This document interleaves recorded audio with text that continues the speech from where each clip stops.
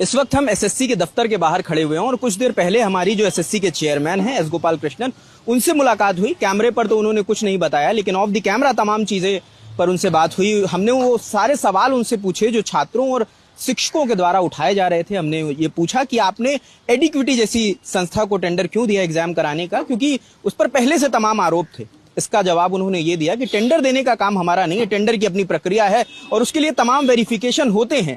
एडिक्विटी उन तमाम वेरिफिकेशन को पास करने के बाद उसे टेंडर दिया गया है, उसके बाद ही ये सारा प्रोसेस हुआ है। तो हमने ये भी पूछा कि एडिक्विटी एग्जाम करा रही है, उससे जुड़े तमाम शिकायतें आ रही हैं। स्टूडेंट्स का कहना है कि वेरिफिकेशन टाइम से नहीं हो पा रहा है, एग्जाम लेट शुरू हो रहा है, सर्वर हैंग कर रहा है, माउस नहीं काम कर रहा है। तो उन्होंने कहा कि हमें सारी जानकारियां हमें मिल रही हैं और उन्हें रिजॉल्व करने के लिए सारा काम कर रहे हैं। और उन्होंने ये भी बताया कि इसी दफ्तर में एडिक्विटी के सारे एम्प्लॉयज यहीं पर बैठ रहे हैं, यहीं से सारी मॉनिटरिंग हो रही है, यहीं पर कंट्रोल रूम बनाया है जहां से हर सेंटर पर निगरानी रखी जाती है और जो भी इश्यूज आ रहे हैं उन्हें यहीं से रिजॉल्व किया जा रहा है। उनका यह भी कहना है कि एसएससी के सारे अधिकारी एडिक्विटी के अधिकारियों के टच में हैं और दोनों लोग साथ में काम कर रहे हैं। जो भी दिक्कतें सामने आ रही हैं, जो भी स्टूडेंट्स की तरफ से क्वेरीज आ रही है, हम उन्हें रिजॉल्व करने का काम कर रहे हैं।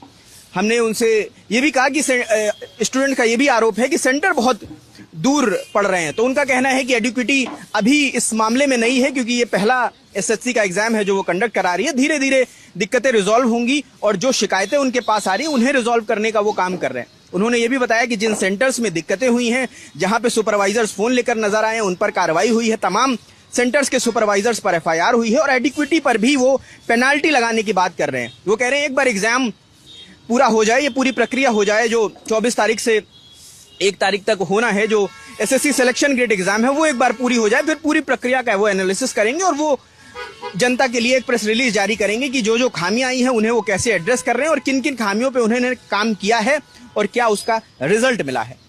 हमने जो भी हमारे मन में सवाल थे या जो भी हम शिक्षकों से मिल रहे थे, स्टूडेंट से मिल रहे थे, उन तमाम सवालों को उनसे पूछने की कोशिश करी है।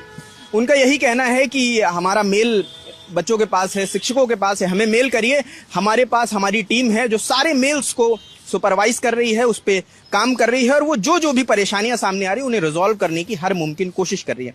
हमने उनसे ये भी पूछा कि छात्र डरे हुए हैं कि अगर एसएससी सिलेक्शन ग्रेड एग्जाम के दौरान इतनी परेशानियां आ रही हैं तो आगामी सीजीएल एग्जाम जो होना है उसमें क्या होगा। तो उन्होंने इंश्योर कराया है कि हम सीजीएल के लिए हमारी पूरी तैयारी है, हम एडिक्विटी के कंटिन्यूअस कांटेक्ट में हैं, हम दोनों मिलकर तकनीकी